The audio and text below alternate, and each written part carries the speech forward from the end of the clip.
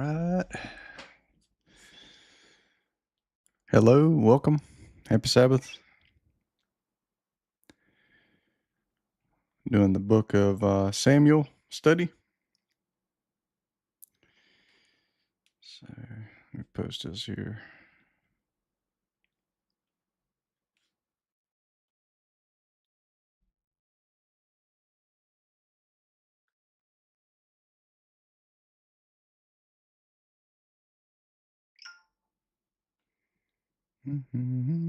Oops. Share here.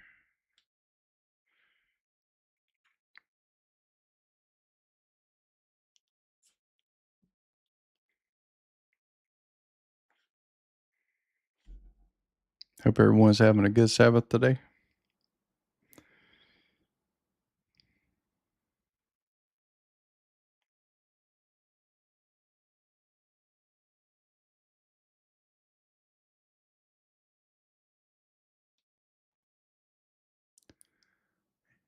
I don't know if it's going to post or not.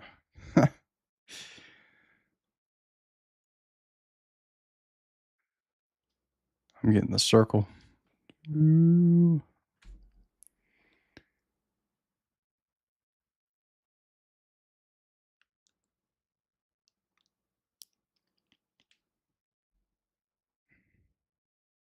Well, maybe not. Let's try it one more time.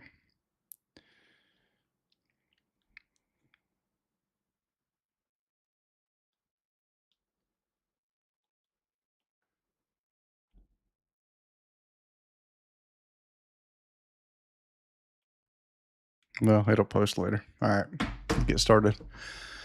All right, so got the book of Samuel opened. We're going to compare some translations. I got the Dead Sea Scrolls here, what they found. So you'll see where it differs from our Masoretic text. Then you've got the Greek of Samuel, which they call First Kings. You've got the Thompson Septuagint Greek, which he labeled First Samuel. And you've got the KJV First Samuel, that's pretty much just the Masoretic text, because they didn't have the Dead Sea Scrolls and they didn't use the Septuagint very much. They just relied on the Jewish manuscripts. That's what the Masoretic text is. The Samaritan Pentateuch is only 5 books, so it doesn't include Samuel. And I got Blue Letter Bible pulled up. But let's see what we got here. First Samuel. Yep. So, happy Sabbath, Matt. Ah, cool. Enjoy. Matt said he's doing the Torah portion. That's good. Awesome.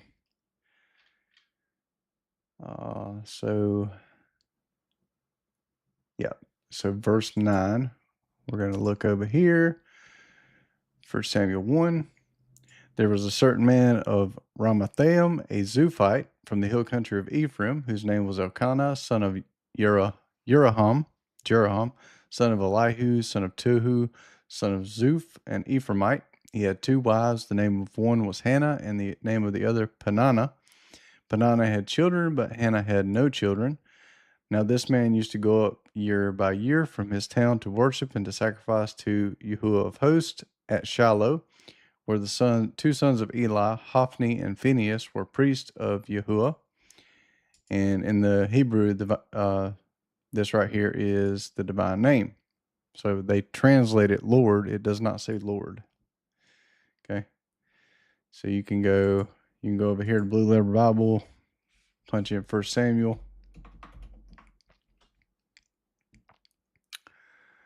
And you can see here, there's the text.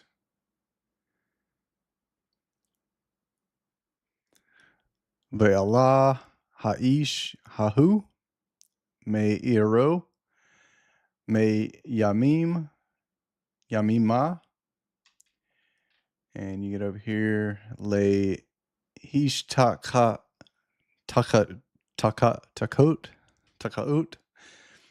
leva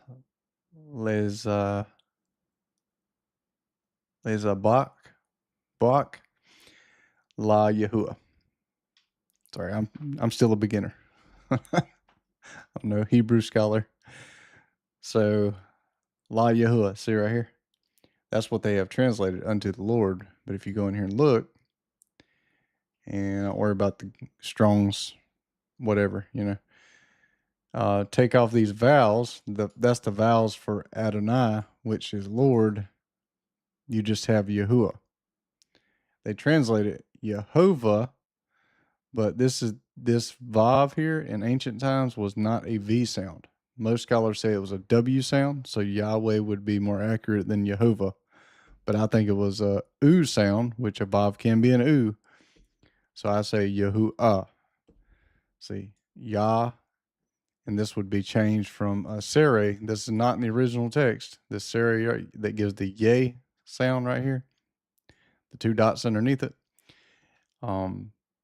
If you put a patak, which would be Yah, Yah, there's the H sound right here, the hey, and then right? Yahuwah. So you go down here, where's that? Read the full entry of a lexicon. There's a lexicon right there. It gives Jacinius, which is old lexicon. And it says Jehovah, which is not correct. So just go over here to Logos.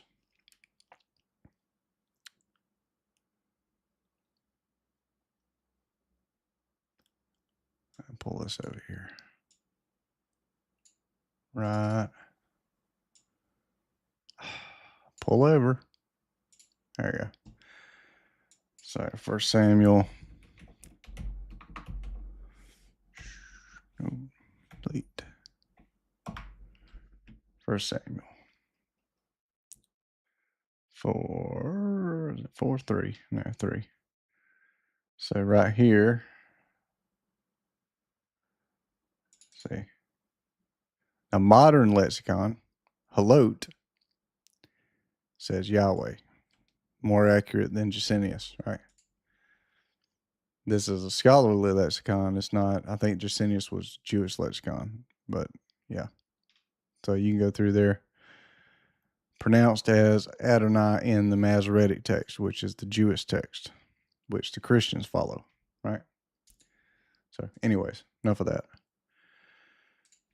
So here, on the day when Elkanah sacrificed, he would give portions to his wife Peninnah and to all her sons and daughters, but to Hannah he gave a double portion because he loved her. Though Yahuwah had closed her womb, her rival used to provoke her severely to irritate her because Yahuwah had closed her womb. So it went on year by year. As often as she went up to the house of Yahuwah, she used to provoke her. Therefore Hannah wept and would not eat. Her husband Elkanah said to her, Hannah, why do you weep? Why do you not eat? Why is your heart sad? Am I not more to you than 10 sons? So this double portion here, that's the Syriac, and it tells you the meaning of Hebrew is uncertain. So a lot of people don't tell you that. That's being honest. They're not sure about the Hebrew, but the Syriac says double portion, right?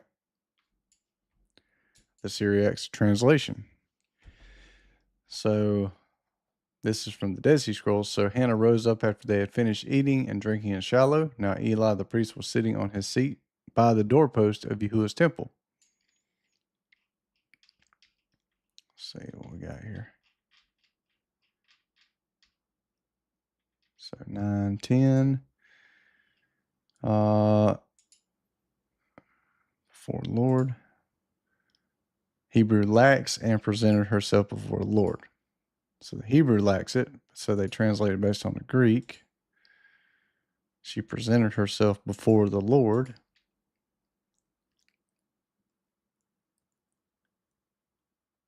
Verse 9. Hold on a second. Let me make sure where I'm at. 1 Samuel 1. Yep. Verse 9. So that's even different from here. So verse 9. So the Greek says, Hannah rose up after they had eaten at Shalom and stood before the Lord. She doesn't say stood before the Lord. Right. So the NRSVU is following the Greek, which is not in the Dead Sea Scrolls. See? Hey, Tardma. So I don't have to say Devash. I can just say Tardma. Eli the priest was on a seat by the threshold of the temple of the Lord, sitting on the seat beside the doorpost of the temple of the Lord. Yeah. So it just says, so Hannah rose up after they finished eating and drinking in Shiloh. That's what the original reading should say.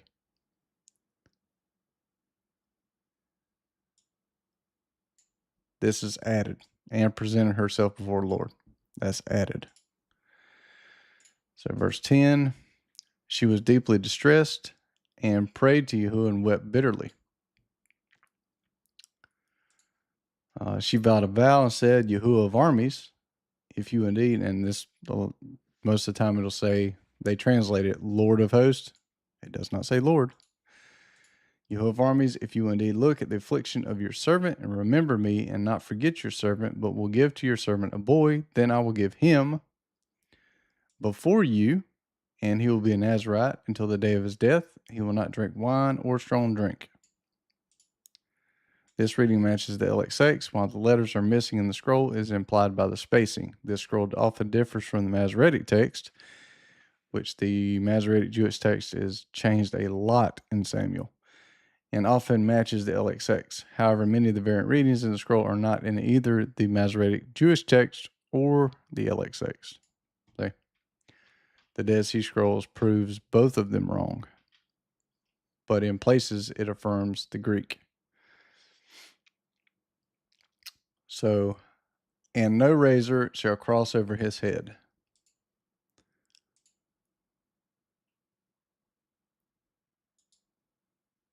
Let's see here. Let me pull this back over here. Yeah. See, to Yahuwah all the days of his life.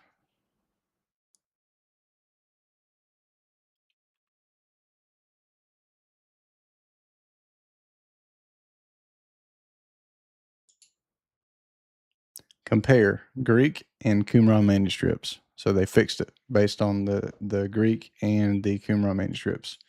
The Masoretic text says, child, then I will give him to the Lord all the days of his life, which is added. That was not in the original. See? That's man's words. These are God's words. Right? Correct? Incorrect. Well, it's Hannah's words, but it's written in God's writing, right? And no razor shall cross over his head. So it says, come here.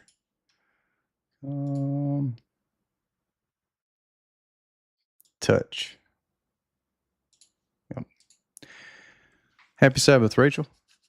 As she continued praying before Yahuwah, Eli saw her mouth. Now she spoke in her heart. Only her lips moved, but her voice was not heard. Therefore Eli thought she was drunk. Why would you think she was drunk? They didn't drink wine back then, did they?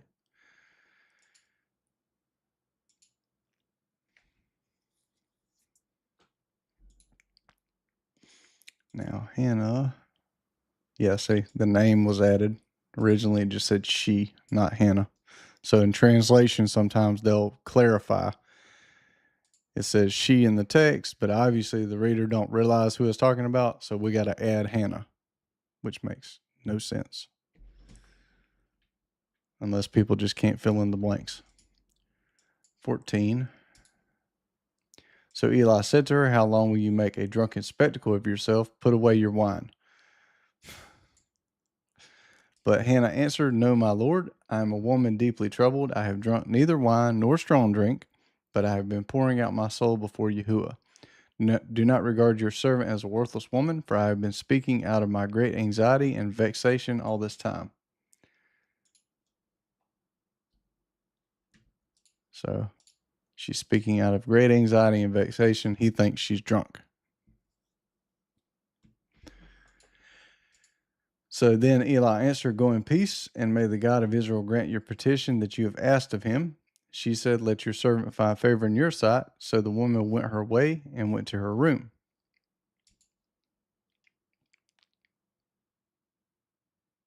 Went to her room is missing. She went to her room in the Dead Sea Scrolls. And 8, her facial expression wasn't sad anymore. So 18, say, it's a minor detail, but still a detail. The woman went her way and entered into her lodging. The Greek has preserved the accurate rendering, or pretty close to it. So 19.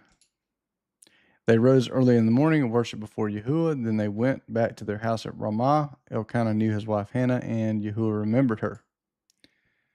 20. In due time, Hannah conceived and bore a son. She named him Samuel, for she said, "I have asked him of the Lord, of Yahuwah."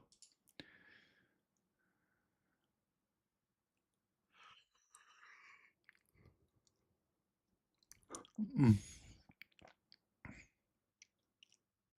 Yahuwah, God of Sabaoth. Interesting. But Hannah didn't go up, for she said to her husband, "Not until the child is weaned, then I will bring him, that he may appear before Yahuwah and stay there forever. And I will dedicate him to be a Nazarite forever all the days of his life."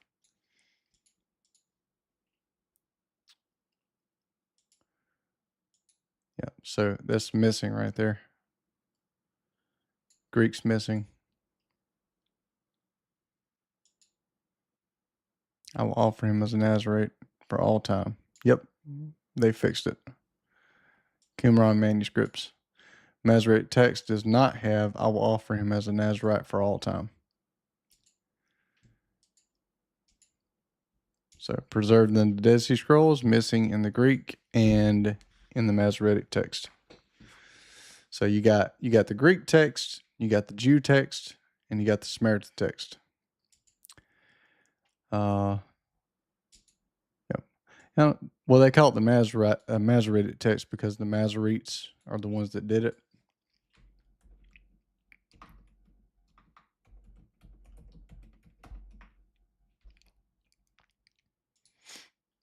Masoretic text.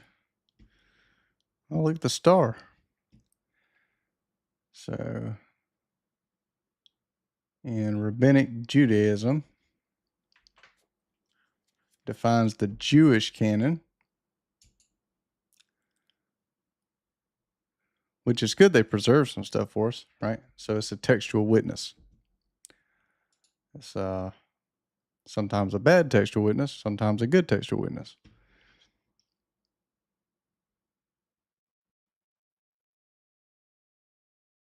Text, what is that?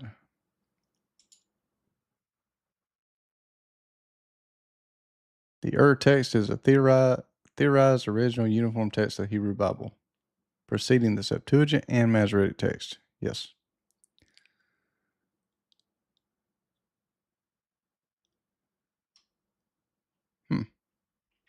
Interesting. So Elkanah, her husband, said to her, "Do what seems good to you. Wait until you have weaned him. Only may Yahuwah what has gone out from your mouth." To this reading matches the LXX. I guess we might as well use the LXX mostly. See, Yahuwah what has gone. Only may Yahuwah. 2023. It's hard to keep track when you're comparing. Recognize, wean him, but you establish what comes out of thy mouth. Yeah. May Yahuwah establish what comes out of thy mouth.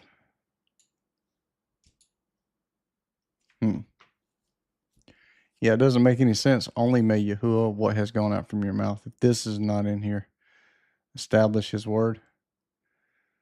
So I'd like to see 1 Samuel 1.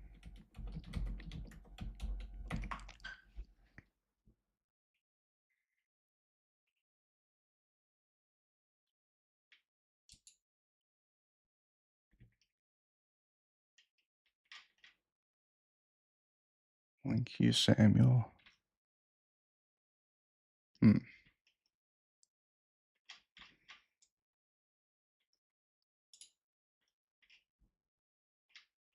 This is the Dead Sea Scrolls library, where if you can read Hebrew, you can go and check for yourself. Find it. If I can find it. Browse, yep. In Genesis. It's cool just taking a minute to go through here and look at some of this stuff. Beautiful. There's God's name right there in Paleo Hebrew. Yod Hey Oo Hey. Yod Hey Oo Hey. Paleo Leviticus. They had beautiful handwriting. There's some Greek fragments that were found. Cave 8. That's how the original Greek would have looked. Here.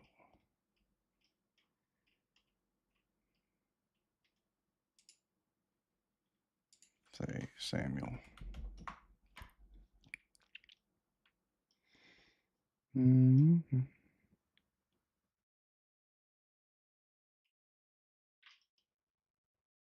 Yeah. I'm not going to have time to find it in here. It doesn't even say.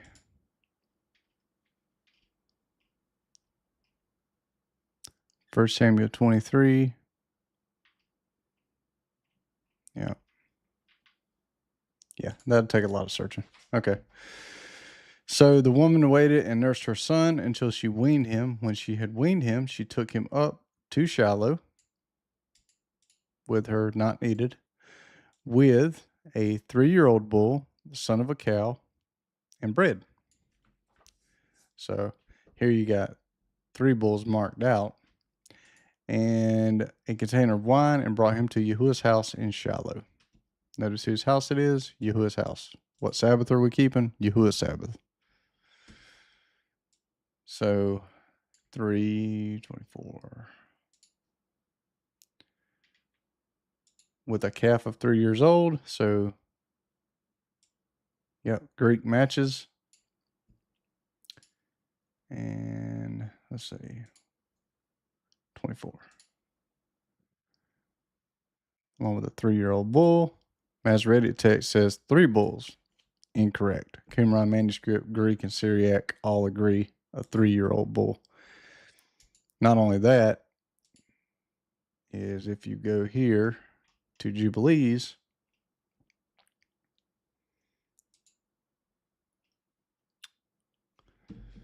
see,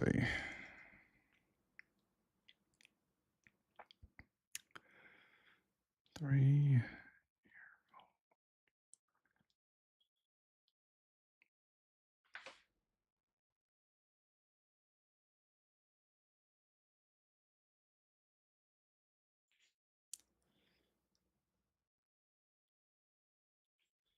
Nope.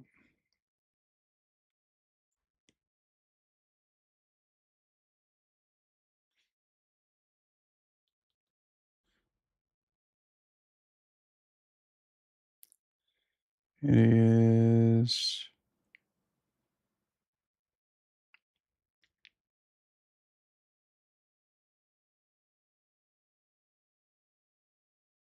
Well, I'm pretty sure Abraham offered a 3-year-old. Yeah, 14:9. So when you know the correct offerings that God requires, then there's no issue. But if you're a rabbinic 1800 years ago, you wouldn't know what God requires. So it would be 3 bulls, right? But a Levite would know it's not 3 bulls. Let's see. Jubilees 14, verse 9, he said unto him, so just verse 8, he said, Lord, Lord, whereby shall I know I shall inherit it? So this is when he's talking about the inheritance. And God said to him, he said unto him, take me a heifer of 3 years. There it is right there. the correct offering, 3 years old. And a goat of 3 years, and a sheep of 3 years, and a turtle dove, and a pigeon. He took all these in the middle of the month, the feast of Shavuot, and he dwelt in the oak of Mamre, which is near Hebron. He built there an altar and sacrificed all these. He poured their blood upon the altar, divided them in the midst, and laid them over against each other, but the birds divided he not. So the Dead Sea Scrolls has the correct reading. Somewhere along the line, they changed it to 3 bulls, the son of a cow, and bread, loaves, and an ephah of fine flour, and a bottle of wine. That makes more sense. I don't know why he's got this translated here, the son of a cow and bread. Oh, and a container of wine and bread. So that could be, why would you have to say bull, son of a cow? Not sure about that. So the child was with them, not young. When they brought him into the presence of Yahuwah, his father slaughtered the sacrifice as he did annually for Yahuwah. Then he brought the child, and he slaughtered the calf, and Hannah, his mother, brought him to Eli. Beautiful. This reading matches the LXX and is applied mostly by lengthy spacing because only a few letters are present in the scroll. So he's having to reconstruct. Or the people are having to reconstruct that are doing the work. She said, "Oh, my Lord, as your soul lives, my Lord, I'm the woman who stood by you here praying to Yahuwah." So in the text, it actually has Lord or master or owner, right? And then it has the divine name. So Lord is not always the divine name. Most of the time it has capital letters. So you go to 28. 28. See. My Yahuwah. 26. My bad. 26. So Adonai, that's actually Lord's, not Lord. So Adon is Lord. Adonai is Lord's. Adoni is Lord, my Lord. So Adonai. Oh, that's Adoni. Adoni. Yeah. Lord, Lord. And then Yahuwah, divine name. So that's right. Lord, Yah. 27. For this child I prayed, and Yahuwah has granted me the petition that I made to him. 29. Yep. 28. Therefore, I have also given him to Yahuwah. As long as he lives, he is given to Yahuwah. So she left him there, and she worshipped Yahuwah. So there is added. And he is added. He worshipped Yahuwah there. That's what they changed it to. This is what it originally said. So she left him there, and she worshipped Yahuwah. So they're marginalizing the woman, even though, yep, leave it at that. As long as he lives, he is given to the Lord. And they worship the Lord there. Wrong. She left him there, and she worshipped Yahuwah. Not even in the Greek.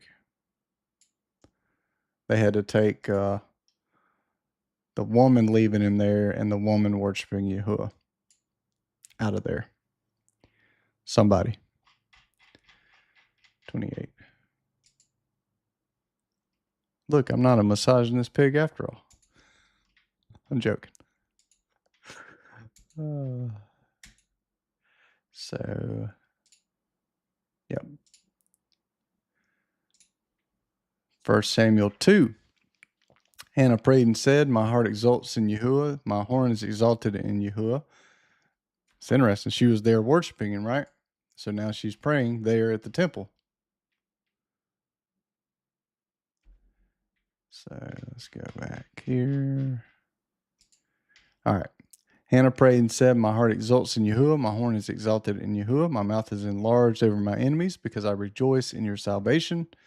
For there is no one as holy as Yahuwah. For there is no one besides you, nor is there any rock like our God. Yep. Who's that?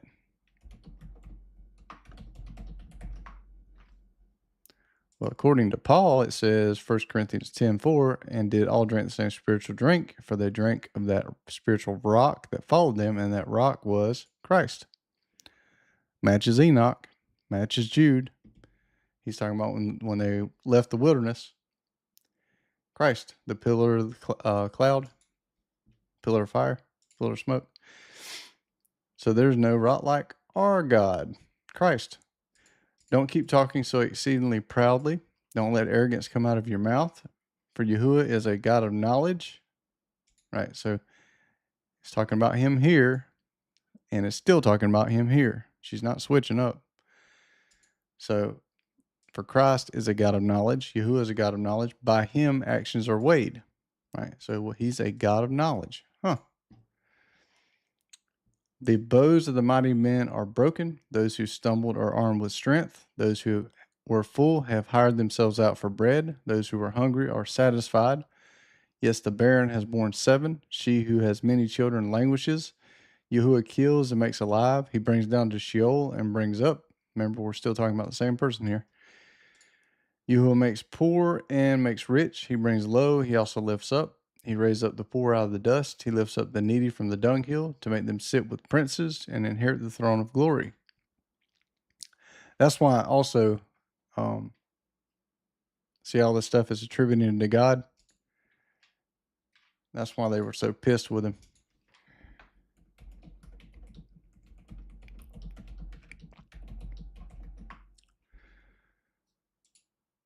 It's John 10:33. The Jews answered him, saying, that's a good translation there. For a good work we stone thee not, but for blasphemy, because that thou, being a man, makest thyself God. And then Messiah said, I'm not making myself God, right? No, he answered them, is it not written in your law, I said you are gods? If he called them gods unto whom the word of God came, and the scripture cannot be broken, say ye of him whom the Father hath sanctified and sent into the world, thou blasphemest, because I said, I am the Son of God. So by saying he's the Son of God, he maketh himself to be God. Because God is God, and he had a son. That's like me having a son is going to be a man, right? It's not going to be a God.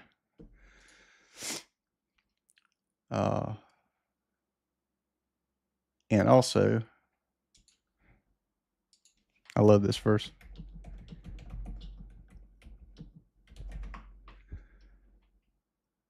John 18:6, as soon as he had said unto them, I am he, they went backward and fell to the ground. I just imagine Christ or Messiah standing there and going, I am he, and everybody falls over.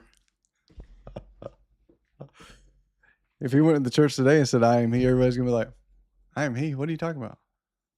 Because they don't know the Bible. These people knew. They knew exactly what he said. He said, I am he.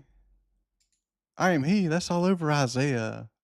God, the first and the last, the creator, the everything. He just said, I am he. We know exactly who he's talking about. For the pillars of the earth are Yahuwah's. He has set the world on them. He will keep the way of his holy ones. He's not going to keep your feet. Keep the way of righteousness. He's not going to keep our feet. Okay. So 9. He blesses the years of the righteous. Okay. Well, they took some liberty with that translation, didn't they? So 9. He's going to guard our feet because they don't know how to look at the Dead Sea Scrolls and fix their translation. Okay. He will keep the way of his holy ones, but the wicked shall be put to silence and darkness. He grants the request of the one who vows. He blesses the years of the righteous. So the one who vows here contextually is when you make a vow to keep God's law. That's what he's talking about.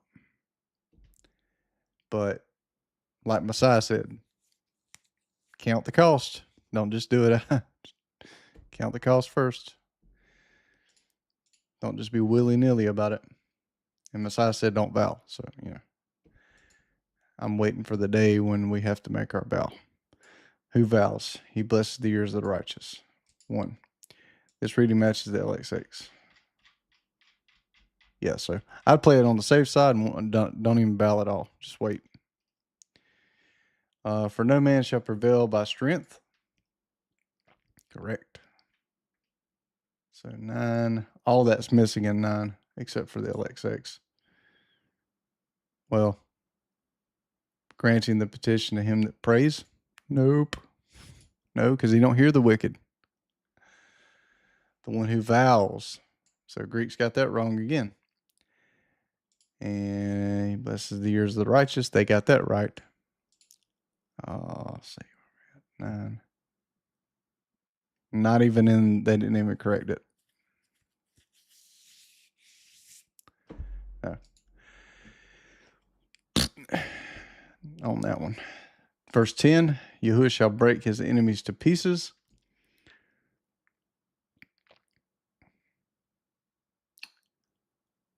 Who, when he repays to do justice, and he thundered his anointed, talking about the Messiah again, when he thunders, do justice, his anointed, his elect ones. Too many words are missing in the scroll to reconstruct this verse. Yep, that was a very important one too. Very important. So we're just missing that completely. 10, we can say that word's holy.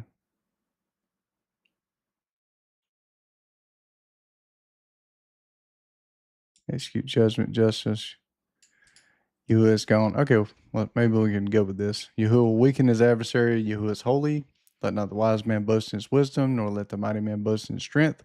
Let not the rich man boast in his wealth, but let him that boasts boast in this, to understand and know Yahuwah,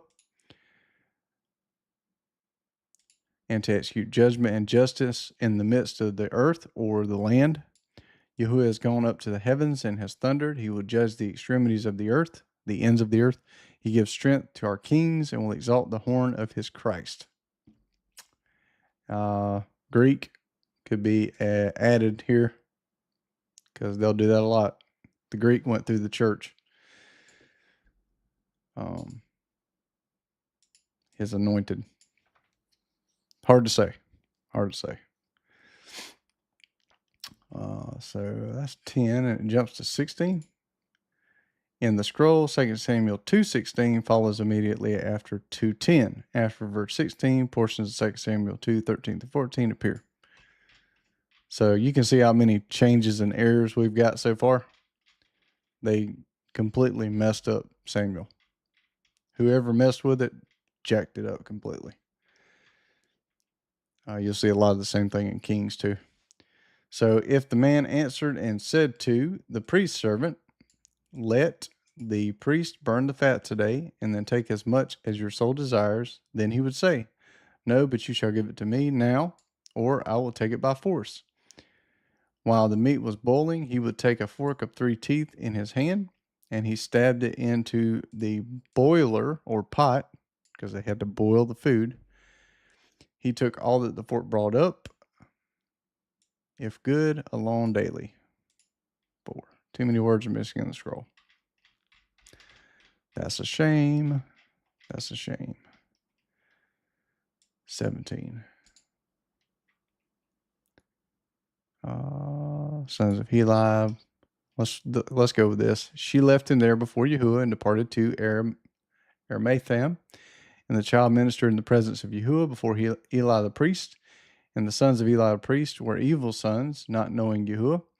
And the priest claimed from every one of the people that sacrifice was this. The servant of the priest came when the flesh was in seething, and a flesh hook of 3 teeth was in his hand, and he struck it into the great cauldron, or into the brazen vessel, or into the pot, and whatever came up with the flesh hook, the priest took for himself.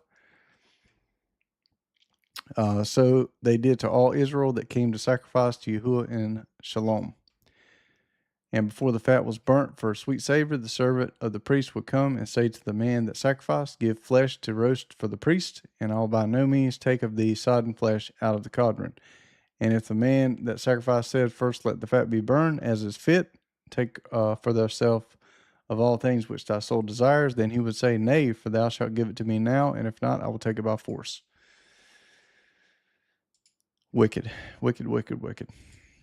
So the sin of the young men was very great before Yahuwah, for they despised Yahuwah's offering. Let me check this out right quick. Right, so they got a note here. Greek, Syriac, and Vulgate. Hebrew has with it. So the priest would take for himself. That's the correct reading.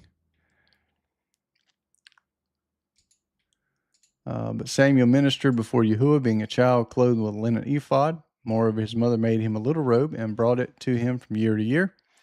When she came up with her husband to offer the yearly sacrifice, Eli blessed Elkanah and his wife, saying, May Yahuwah reward you with offspring from this woman for the petition which she asked of Yahuwah.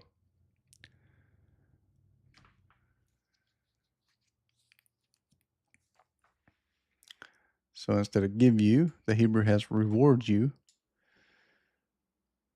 which she asked. Then the man went to his own home. Yahuwah visited Hannah, and she bore another 3 sons and 2 daughters. Samuel grew there before Yahuwah. Now Eli was very old, 98 years old, and he heard what his sons were doing to all Israel. So 22 just has now Eli was old. Eli was very old. Well, that's vague. Greek too. Eli was very old. I guess they don't care much about knowing what the age was, but the Hebrew does. Now, Eli was very old, 98 years old, which they took out of the text, and he heard what his sons were doing to all Israel. Yep. So they added this because they think you need to hear it again. Or not because, no, 22. That lay with women who served at the entrance of the tent meeting.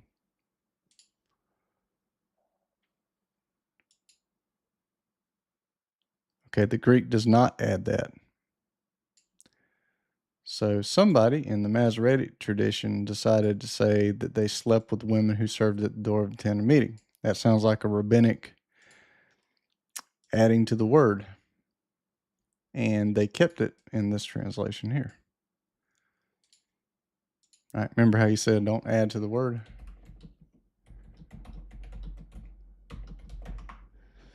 The rabbis are notorious for adding to the word. Deuteronomy 4:2, you shall not add unto the word which I command you, neither shall you diminish from it, that you may keep the commandments of Yahuwah your God which I command you. Which in context is don't add to his commandments, just do his commandments, right? But Revelation talks about adding to the word too. Add unto these things. It's just talking about the book of Revelation. A lot of people will apply it to the whole book, but it's the book of Revelation. But seriously, you don't have to add this, rabbis. He said to them, Why do you do such things? For I hear of your evil dealings from all this people. And he's talking about the food that they were doing, taking the food and not sacrificing it properly. No, my sons, for it is not a good report that I hear. Do not do so, for it is not a good report that I hear. 5. This reading matches the LXX.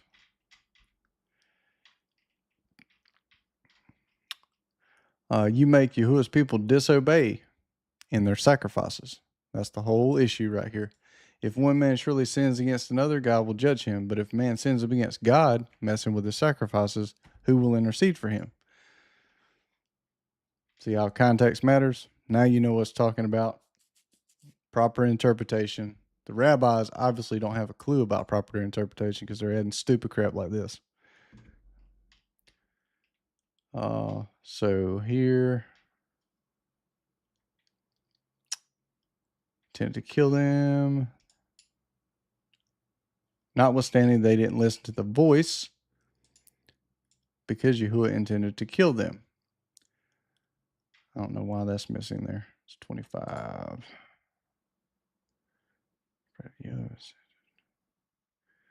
But they hearkened not to the voice of their father.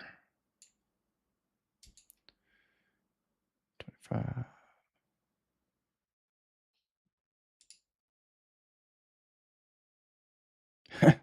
Masoretic text, they added, God will intercede for him.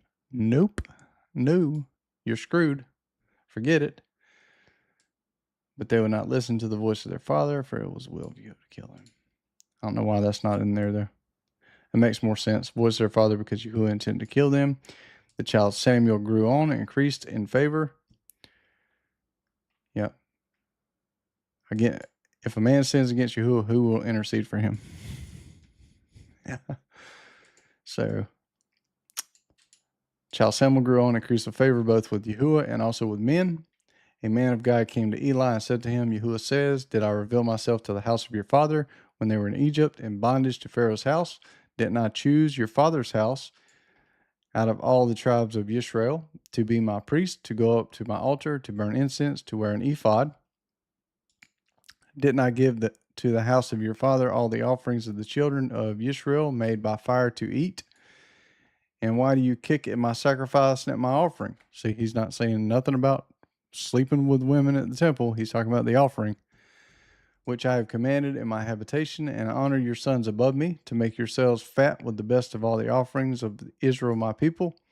Therefore, thus says Yahuwah, the God of Israel, I said indeed that your house and the house of your father should walk before me forever. But now, therefore, Yahuwah says, far be it from me, for those who honor me I will honor. Those who despise me will be cursed. Behold, the days come that I will cut off your arm and the arm of your father's house, your strength, right? So they added that. 6, 31, 32.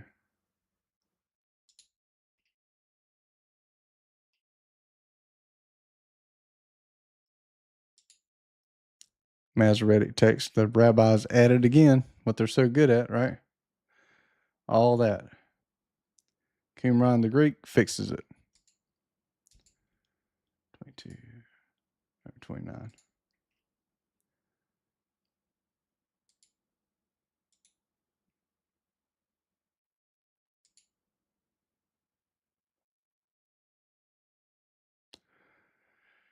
And there shall not be an old man for you in your house forever. The man of yours whom I didn't cut off from my altar will consume your heart, your eyes, and grieve your heart, and all the increase of your house will fall by the sword of men.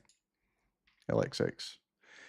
This will be the sign to you that you will come on these your two sons, Hophni and Phinehas, that will come on your two sons, and one day they will both die. I will raise up a faithful priest for myself that will do according to all which is in my heart and my mind. I will build him a sure house, and he will walk before my anointed forever. So he's going to raise up a priest that's going to do the sacrifices properly, the exact way that he said to do sacrifices. It will happen that everyone who is left in your house will come and bow down to him for a piece of silver and a loaf of bread, and will say, please put me into one of the priest's offices that I may eat a morsel of bread. Yeah, and this was fulfilled, I think, in Kings when he cut off the priest. Yeah, Masoretic text. See how much they added to Samuel? They're just adding stuff all over the place. Crazy. No fear of God. Just add whatever you want to. Change his name, all that crap. 3. This child Samuel ministered to Yahuwah before Eli. Yahuwah's words was rare in those days. There were not many visions then. At that time when Eli was laid down in his place, now his eyes had begun to grow dim so that he could not see, and God's lamp hadn't yet gone out, and Samuel had laid down in the temple. Yahuwah called Samuel, and he said, here I am.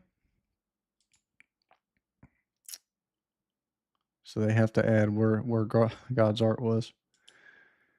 Yeah, figures. say 3.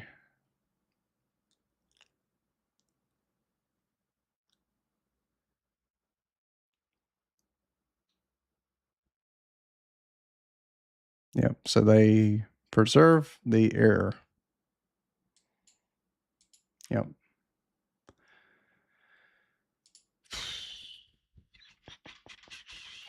3.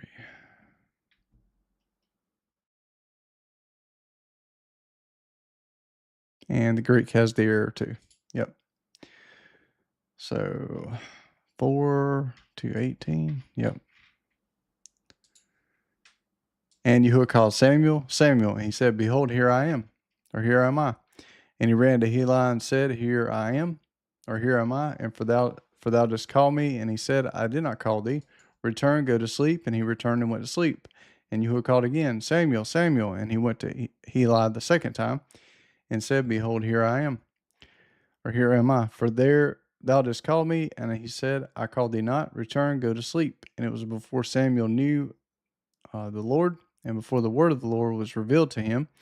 And the Lord called Samuel again for the third time, and he arose and went to Eli and said, Behold, I am here, for thou didst call me. And Eli perceived that the Lord had called the child. And he said, Return, child, go to sleep. And it shall come to pass, if he shall call thee, that thou shalt say, Speak, for thy servant hears. And Samuel went and lay down in his place. And the Lord came and stood and called him as before. And Samuel said, Speak, for thy servant hears. So that's interesting. The Lord came and stood. Who do you think that is? And the Lord said to Samuel, Behold, I execute my words in Israel. Whoever hears them, both his ears shall tingle. In that day I will raise up against Eli all things that I have said against his house. I will begin, I will make an end. And I have told him that I will be avenged on his house perpetually for the iniquities of his sons, because his sons spoke evil against God, and he did not admonish them. It shall not go on so. I have sworn to the house of Eli, the iniquity of the house of Eli shall not be atoned for with incense or sacrifices forever. And Samuel slept till morning, and rose in the morning, and opened the doors of the house of the Lord. And Samuel feared to tell Eli the vision. And Eli said to Samuel, Samuel, my son. And he said, Behold, here am I.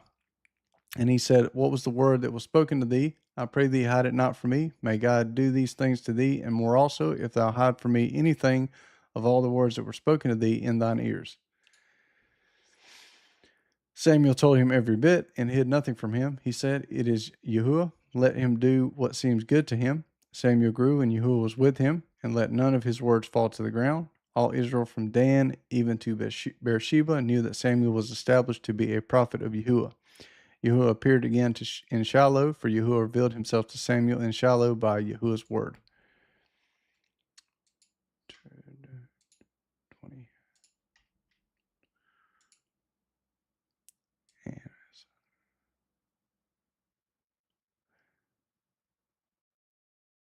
And Samuel was accredited. Yahuwah manifested himself again in Shiloh, for Yahuwah revealed himself to Samuel, and Samuel was accredited to all Israel as a prophet to the Lord from one end of the land to the other. And Eli was very old, and his sons kept advancing in wickedness, and their way was evil before Yahuwah. Sad.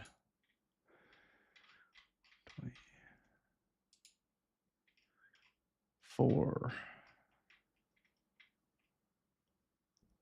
I go 4. Oh. Yeah, we can probably do 4 right quick. And it came to pass, what's verse 3? It came to pass in those days that the Philistines gathered themselves together against Israel to war, and Israel went out to meet them and encamped at Ebenezer. And the Philistines encamped in Aphek, and the Philistines prepared to fight with Israel, and the battle was turned against them, and the men of Israel fell before the Philistines, and there were smitten in the battle in the field 4,000 men. When the people had come into the camp, the elders of Israel said, Why has Yahuwah defeated us today before the Philistines? Let's get the ark of Yahuwah's covenant out of Shiloh and bring it to us, that it may come among us and save us out of the hand of our enemies. So the people sent to Shiloh, and they brought from there the ark of the covenant of Yahuwah of armies, who sits above the cherubim, and the 2 sons of Eli, Hophni and Phinehas, were there with the ark of the covenant of God. 4 to 9. And it came to pass when the ark of Yahuwah entered into the camp that Israel cried out with a loud voice, and the earth resounded. And the Philistines heard the cry, and the Philistines said, "What is this great cry in the camp of the Hebrews?" And they understood that the ark of Yahuwah was come into the camp. And the Philistines feared and said, "These are the gods that are come to them into the camp. Woe to us! Deliver us today, for such a thing has not happened aforetime. Woe to us, who shall deliver us out of the hand of these mighty gods? These are the gods that smote Egypt with every plague and in the wilderness." Interesting. The mighty gods.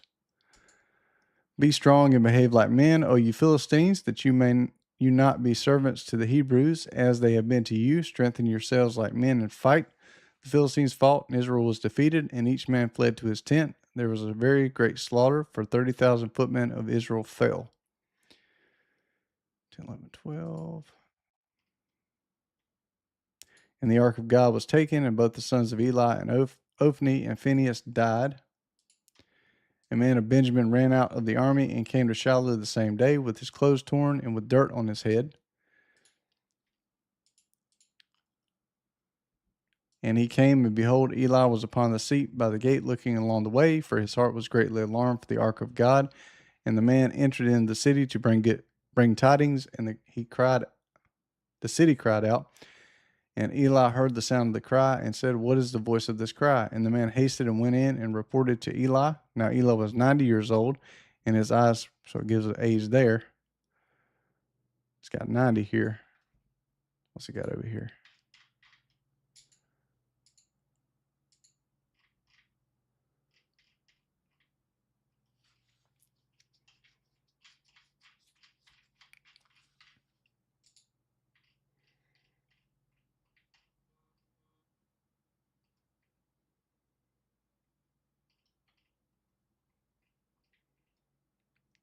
Eli was 98 years old. So he's 98 over here, but now all of a sudden he's 90 over here. Dead Sea Scrolls is right. Greek's wrong. So 15.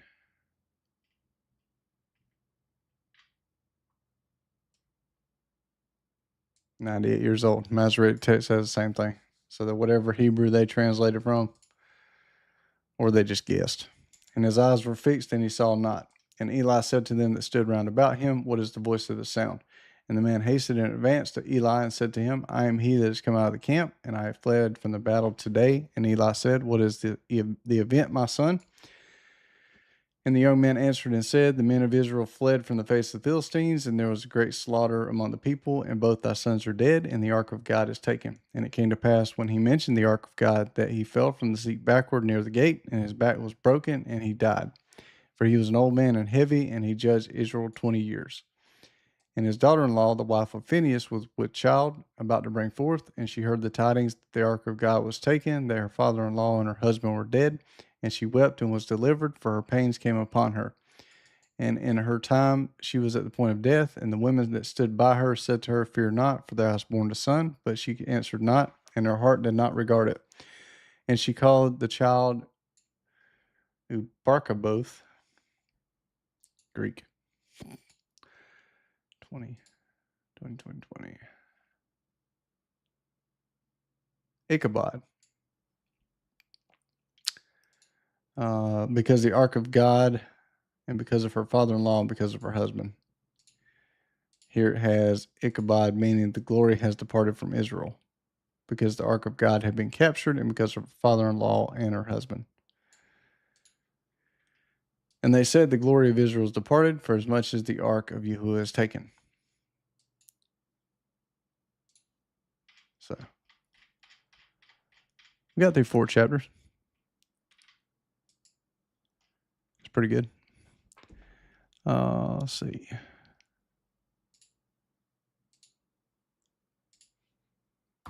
Good study. I think I'll stop it there. There's a lot of digging into getting to the correct what it originally said. Hold on.